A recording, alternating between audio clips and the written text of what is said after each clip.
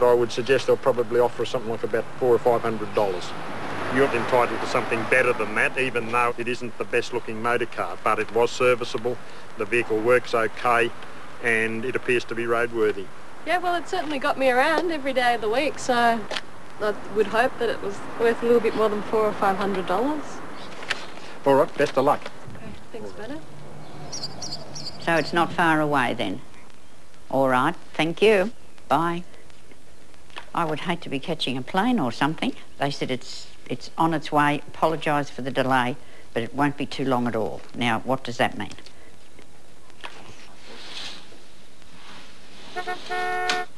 Turn off the lights. I have to collect the tickets for that booking number, please. Thank you. From Broadmeadows to Varletown. Stand there, just at the door, darling. Don't go away. What's it taking a while to come up? Oh, look, it will. It must be coming, mustn't it? Unless it's a couple of minutes late, we hope. Really? I booked it yesterday. They advised me to board the train here at Broadmeadows. I can hear the diesel, I think. Thank you. Thanks a lot. Bye. Well, that's what you call close. Now, where do we get in? Where's... Tina's lawyers have been unable to persuade her insurer to accept her choice of panel beater. She wants the car back as soon as possible, so she's given Amex Panels the go-ahead to do the repairs. As long as the boot's fixed, the seat's not twisted, I'm happy. To cover costs, she's going to have to take her own insurance company to court. Well, I haven't had it for 6 months, my car, so... Her small accident could end up costing a small fortune.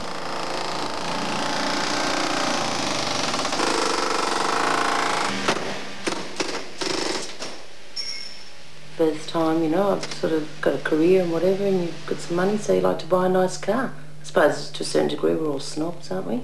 Couldn't afford the BMW or the Mercedes, so I went the Honda Accord. $45,000 later.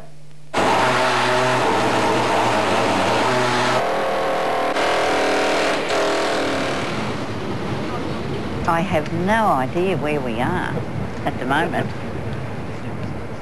What were trains like last time you travelled on them? Oh, well, nothing like this. They used to be little dog boxes, what you call the dog boxes. Yeah. And the seats went along that way and along that way, and you sat facing one another. Sometimes you could get on a train where you...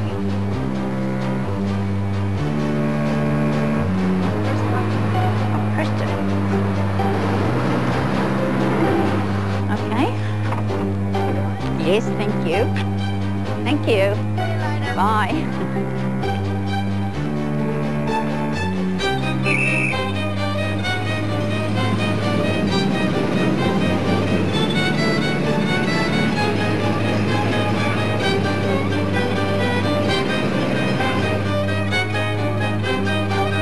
We've got the local garage down here, and we also use the Commodore to lend to people when their vehicle is out of action.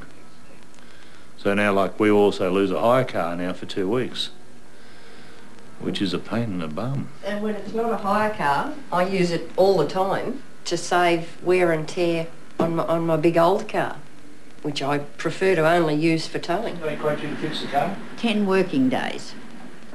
10 working days. That's, yes, and 2 weekends. When you can get parts overnight and repair the car the next day. Oh, no, not a BMW. I don't think you would. No. You see, you probably sort of deal with one car at a time. Yeah, well, that's right. Yes, which is probably the difference. As long as it's fixed and as long as it's as good as it was before the accident, that's just my main concern.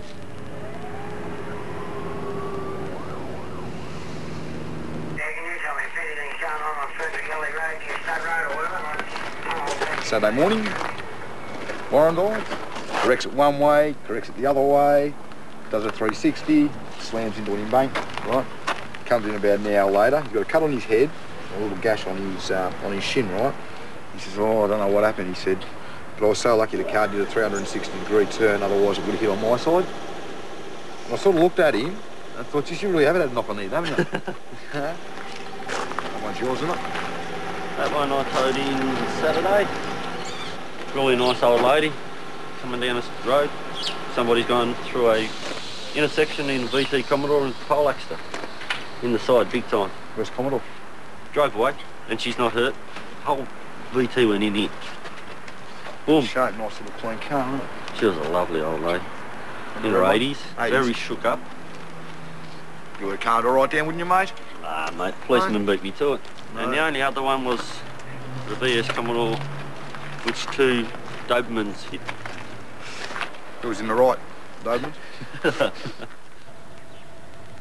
All right, well, I've got to get a tram, so Okay. I'll see you later. All right.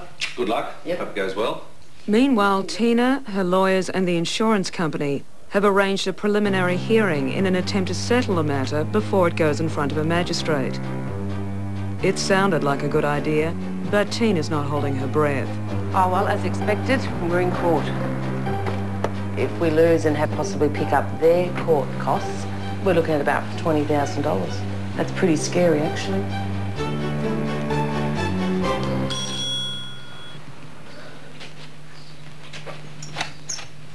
Hi, just Whelan? Yes. Coming from RACV, come and have a look at your rental. Okay.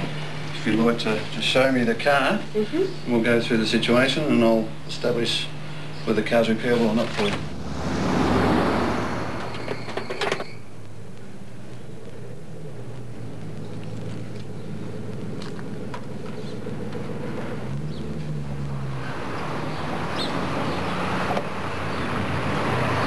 Is that like a little Apple notepad or something?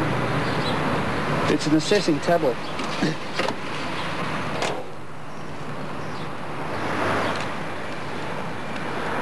There's a front part of it as well, just be clear.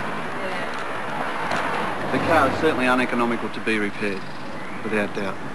So once you hear from the RACV, you'll be right. As far as value, if it is written off. That's determined through the current trends, and that'll also be put in letter form to you in reference to what your entitlement is to the market value of the car. And the fact that it's only broken down once in the last 3 years? Oh, there's a lot of things that go into it, yeah. Yeah, I mean, it's not a matter of me just being able to sit down and say, this is the figure you're going to get. It doesn't work like that. We have to go into a fairly strenuous routine of determining a market value. Once we determine the market value on the car, we consider tyres, registration, condition of paintwork and the trims. But unfortunately, it's like everything else. You can't put a price on cars that have been in families and trusts and all this sort of thing. It's just too hard.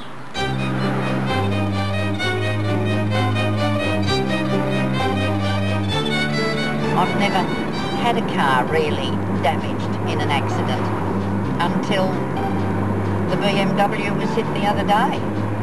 It has been what I feel is an unfortunate experience and something that I would never have thought would have happened to me. But I guess that's the price you pay, isn't it, when you drive a car? You never know when it's going to happen.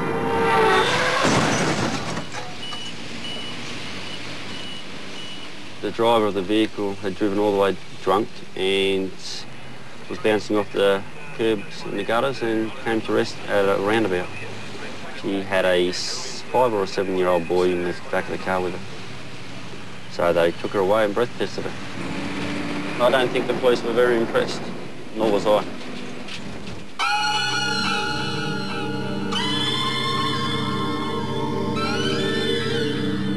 So it's actually my first phone. We got the call to go to the accident, and we got sent away from it because they realised she was going to die, so they told us to go back, and we went back later on. But that was my first one, so it wasn't good. I feel a bit sick in the stomach, especially when you've got to do the bookwork at the scene, and then the police gave me a licence to take the details of it. That's the hardest part. The worst thing is, or the worst thing for me personally, is children. That's the thing that always gets at me. That's what hurts. I mean, as soon as I walked in tonight, the little green Colt over there, the truck's hit it. There's a baby seat in the back. I mean, straight up like... First question, is the child all right? Yeah.